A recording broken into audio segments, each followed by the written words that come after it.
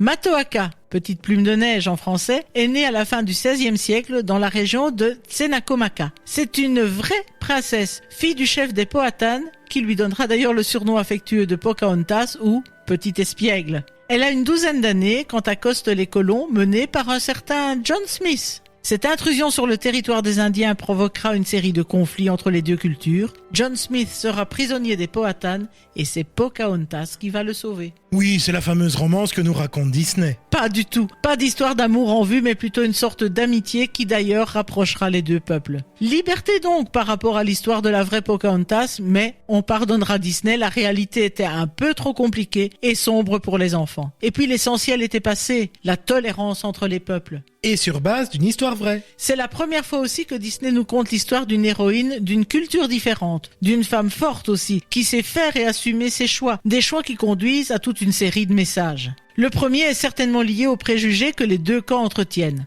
Très nettement, la différence fait peur et conduit à l'agressivité. À travers l'histoire d'amour entre Pocahontas et John Smith, l'histoire éternelle de l'amour impossible, c'est le dépassement des préjugés qui nous est montré. Mais en parallèle, le film a développé un message écologique très fort, la relation de l'homme et de la nature. Et une chanson merveilleuse nous l'explique à travers le symbole du vent transportant des feuilles, l'esprit de la nature que Pocahontas ressent. Tu parles de la chanson L'air du vent. Une chanson qui est à la fois message de tolérance et message de respect de la nature qui nous transporte comme les feuilles qui volent dans le vent. C'est le moment où tous les messages sont liés. Comprendre et respecter la nature est intimement lié au respect entre les peuples.